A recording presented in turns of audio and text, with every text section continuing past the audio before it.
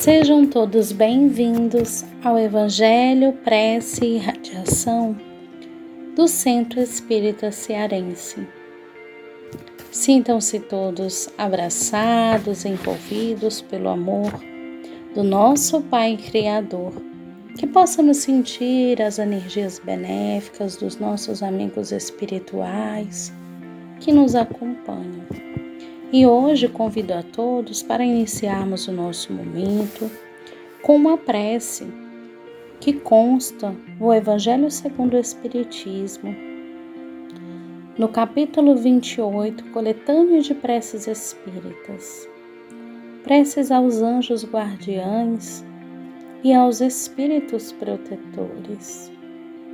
Todos temos um bom espírito que se ligou a nós desde o nosso nascimento e nos tomou sob sua proteção. Cumpre junto a nós a missão de um pai junto ao filho, a de nos conduzir no caminho do bem e do progresso através das provas da vida.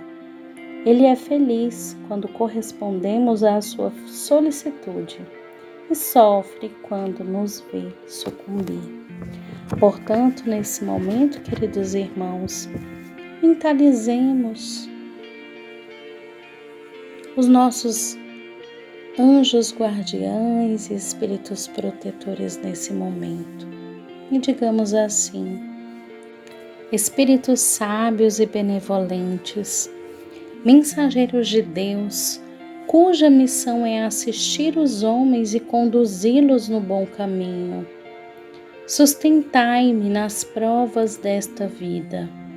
Dai-me a força de suportá-las sem murmurar.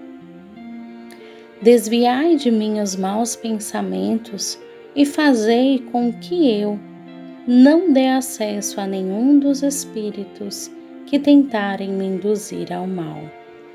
Esclarecei minha consciência sobre meus defeitos e elevai de sobre meus olhos o véu do orgulho que poderia me impedir de os perceber e confessá-los a mim mesmo.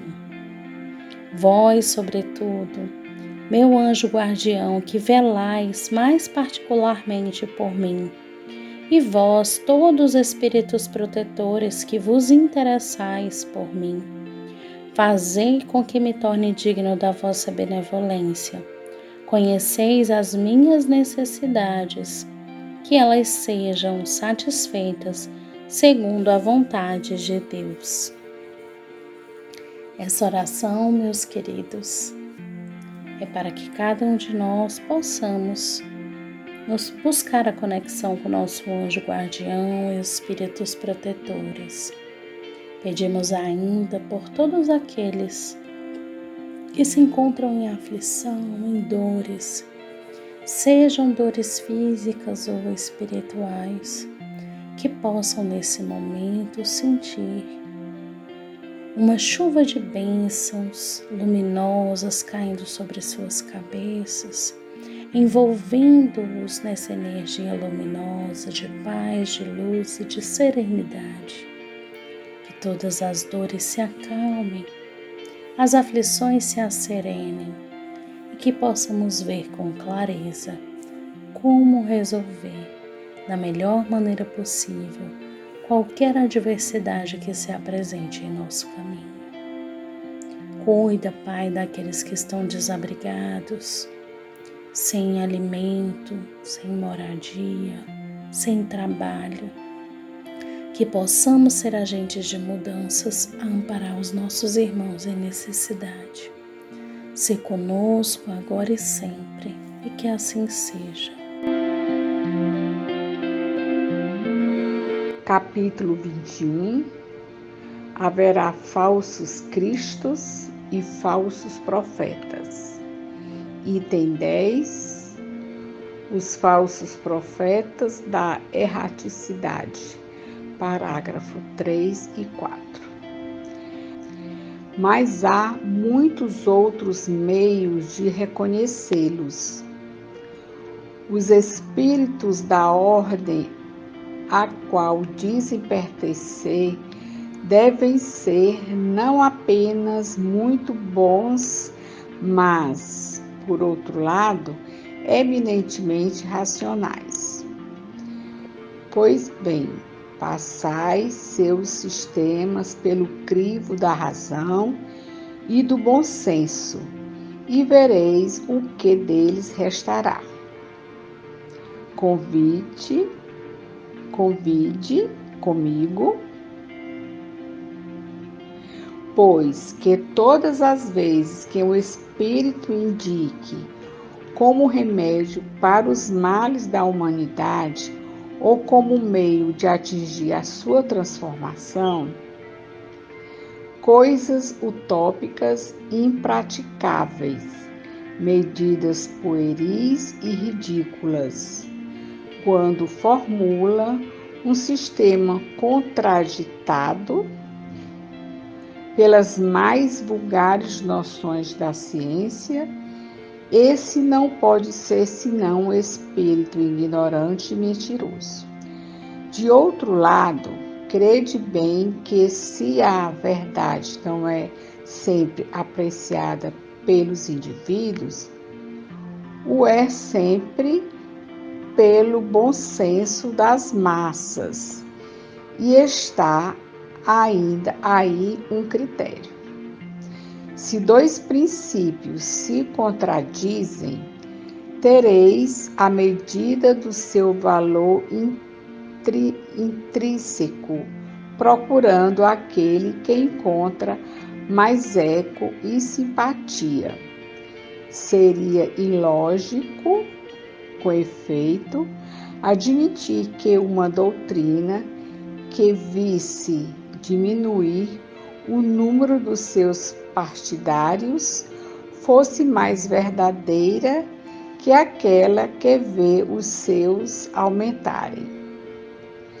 Deus, querendo que a verdade chegue para todos, não a confina em um ciclo restrito. Fala surgir em diferentes pontos, a fim de que, por toda parte, a luz esteja ao lado das trevas.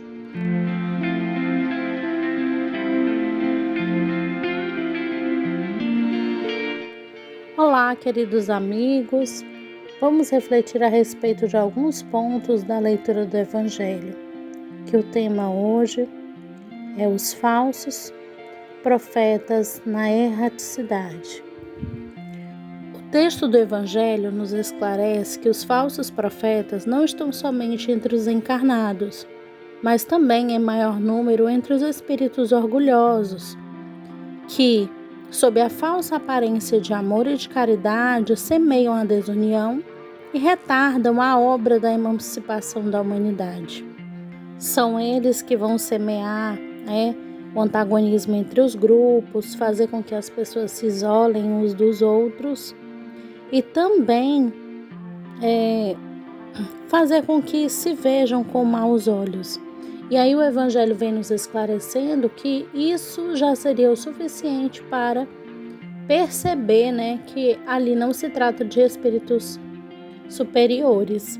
Mas, a partir do terceiro parágrafo, ele vem falando de outros meios para reconhecê-los.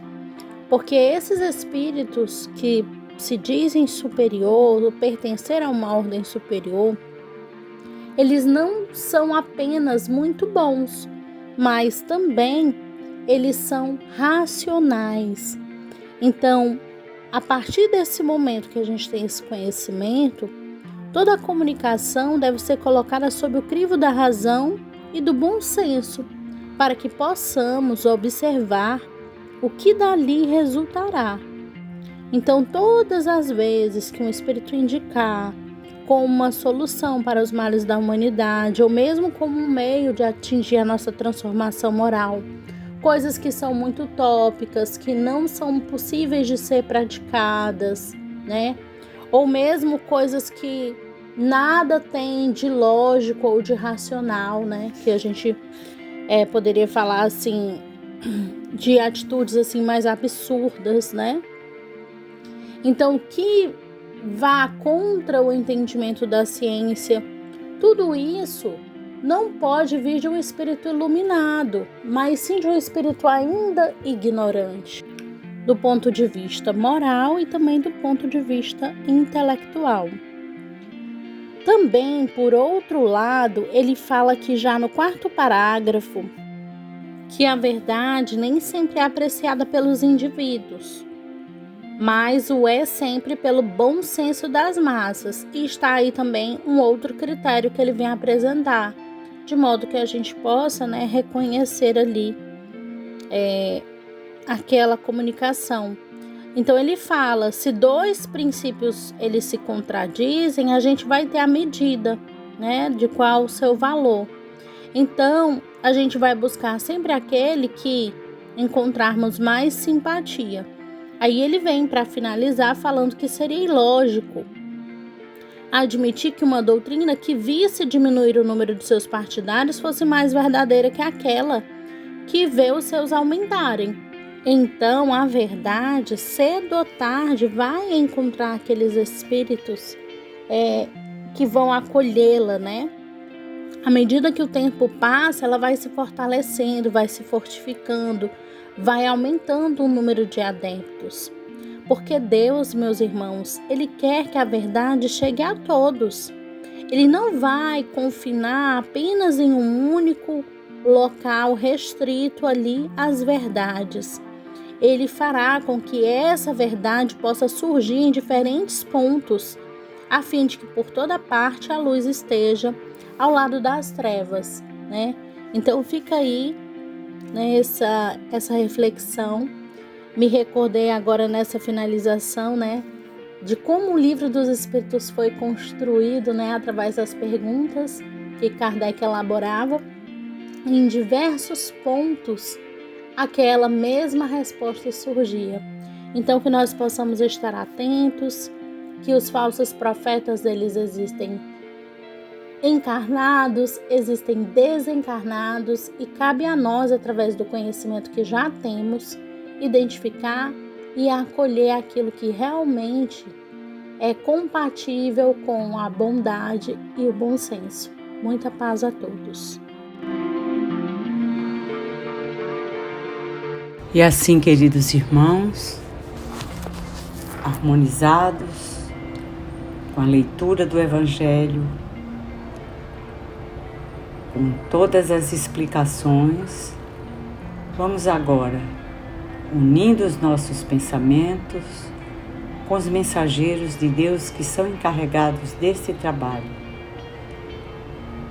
Que nós possamos nos unir a Ele fortemente em nosso pensamento, mentalizando uma corrente de luz em volta do planeta. Que nós possamos, Senhor,